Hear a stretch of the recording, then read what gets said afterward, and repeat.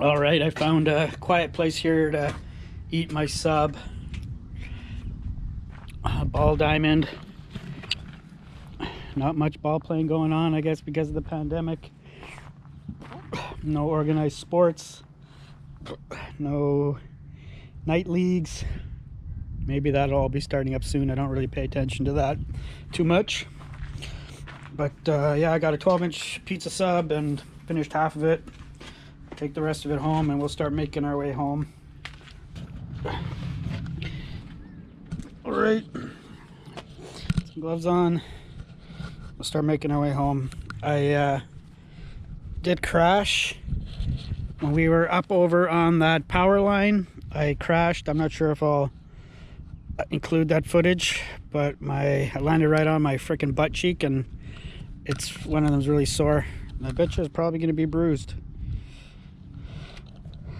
But it was slow speed, so that's one of the things with this. That's why I always said you jump off with both feet at the same time, because if you leave, basically what happened is I was on uneven terrain and I started going down. This foot came off first, but this foot remained on the board and the nose went down. So essentially I'm telling it to go faster and my foot was still on the board, so the board just actually accelerated when I needed it to come to a complete stop.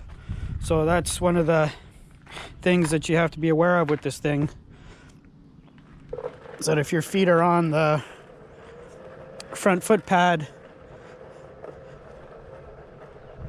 it means it's gonna go. And then if the board tilts forward, it's just gonna go faster.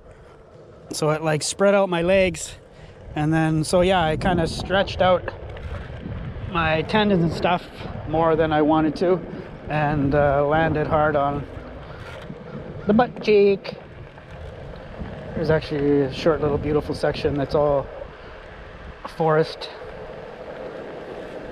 Should have come in here and ate the sub. It would have been cooler, but I'm sure the mosquito situation would be harsh. Too bad it's so short, but it's beautiful.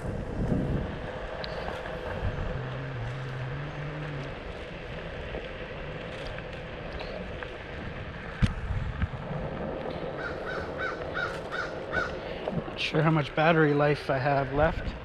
I brought way more batteries than I need.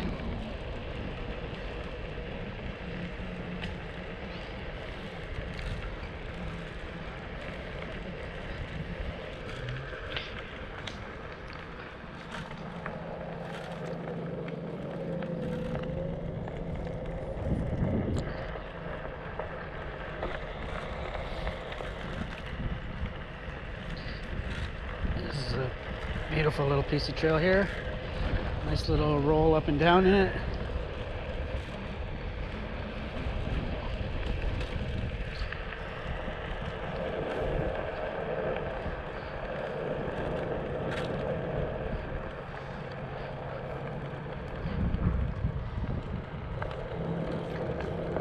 So the range of this board is what, like I said, around maximum around 30 kilometers.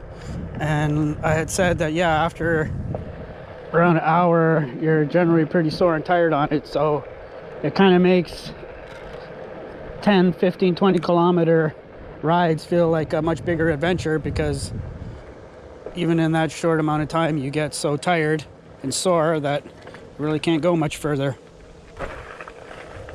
And because there's always that risk of crashing, that's always in the back of your mind, that every ride without a crash feels like a success.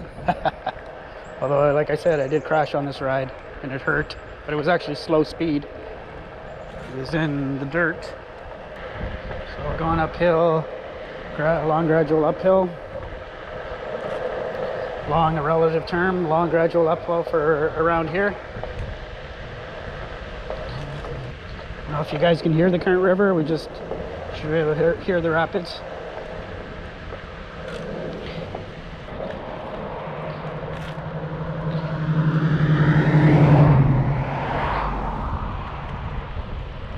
Crossing the current river again.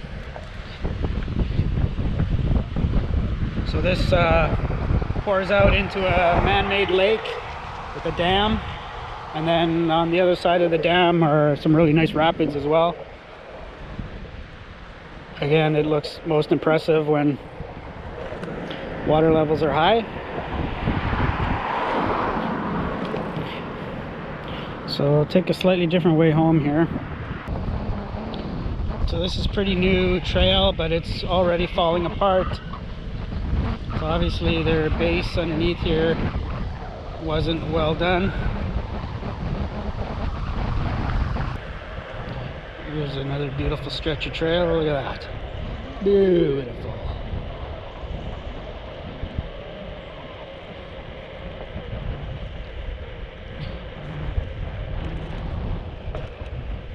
So on smooth surfaces like this, you can relax a lot more. It becomes less tiring, less stressful. Float.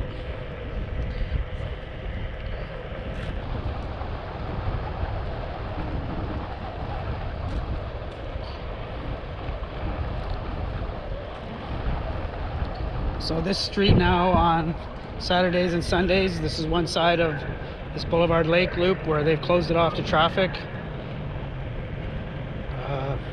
I think like in the evening on Friday, and then it'll be opened up again this evening for traffic.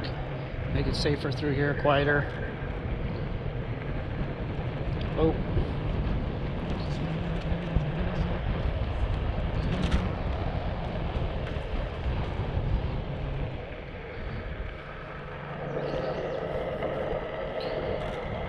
There's another gorgeous piece of trail that rolls its way up.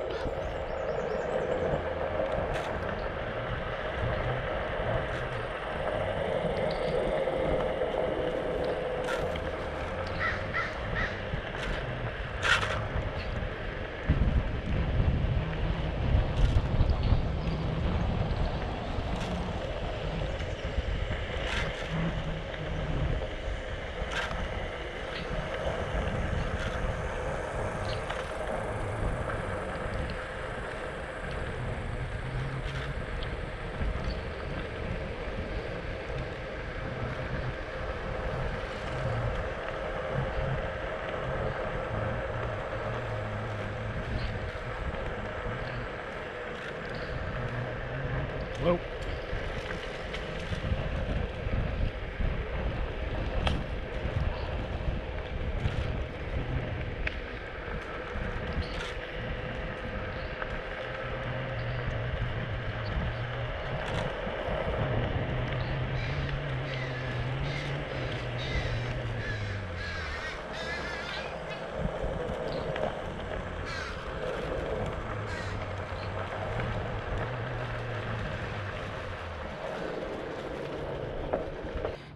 Jumped off. My rear foot wasn't where I wanted it to be, so that whole time I was feeling slightly uncomfortable because I wasn't in my comfort position.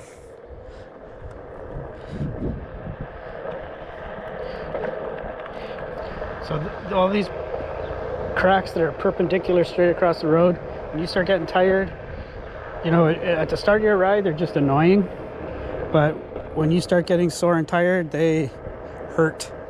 And they aggravate you to no end. You curse and cringe when you go across them. So the soles of my feet are starting to burn a little.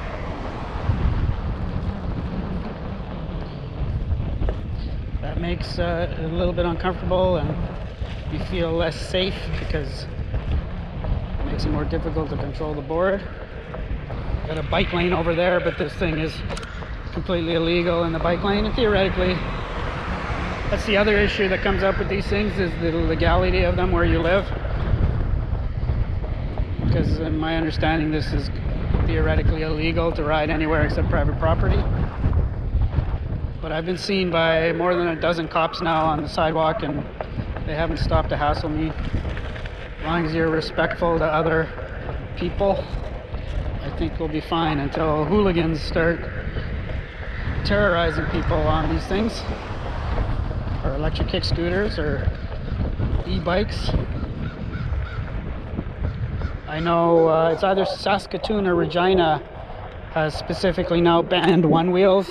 They specifically said, obviously, that common sense is that they're not allowed on the roads, but they have specifically said that one wheels are not allowed on their bike lanes, their sidewalks, or their multi-use trails, and if you'll be caught, you'll be fined.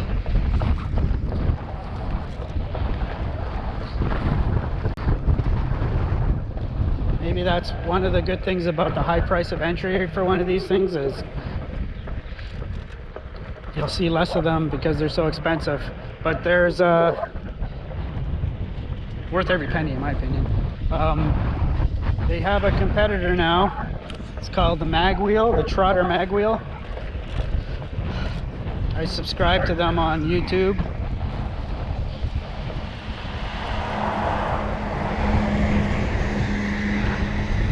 I've watched some of their videos, and I've only seen one video of a guy that owns a few one wheels, and then he got invited by, I think, someone that represents the Magwheel Trotter company, and he's a very good rider. He's got videos of himself riding one wheel XR, one wheel pint, and he's a very good rider. And he got on this Magwheel and he had a very difficult time riding it. So the software hardware for how you ride it is very different than the one wheel, because you'd think, oh, I ride a one wheel, he's very good, that he'd just be able to ride that Trotter no problem, but he had difficulty even getting started on it. Which is another thing with this board. Like, basically, if the electronics aren't functioning, this thing is useless. It doesn't have four wheels like other four-wheel electric skateboards where power goes out or you can still balance it. Power goes out on this thing, you're dead. You'll probably crash.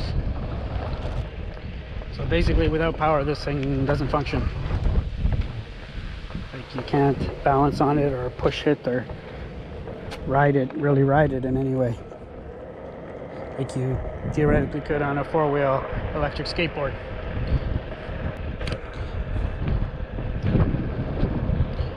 So I really didn't take any footage of the board while I'm riding. Leave comments if you're interested in seeing footage of the board, or you're fine with the view I'm showing you for future one-wheel videos.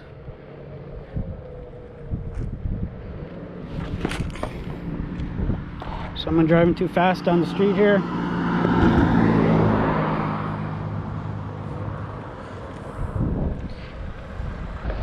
It's a quiet side street where people drive down it like it's a highway, because it's so wide and quiet. There's another beautiful little spot here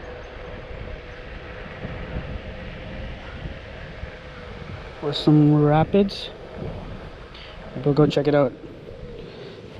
Take a little break from riding, because like I said, balls of my feet are burning. Look at this beautiful spot. People leave garbage here. Pieces of human garbage, leaving garbage.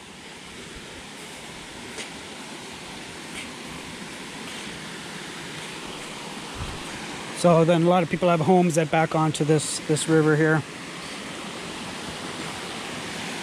And again, water levels are down.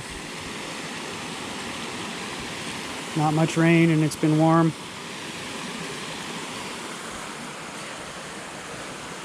Oh, I'm having trouble walking because my butt cheek is so sore from that crash.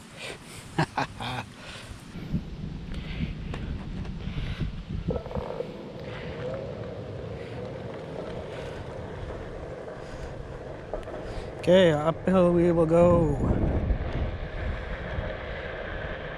This is gradual uphill, so no problem accelerating.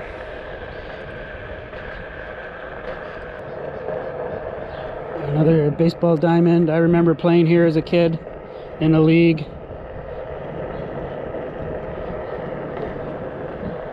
Alright, I think I'm going to end the video here.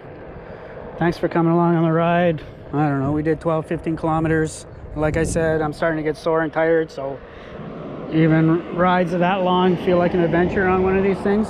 So it kind of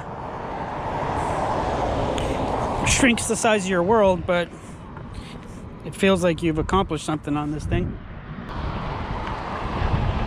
Thanks for watching.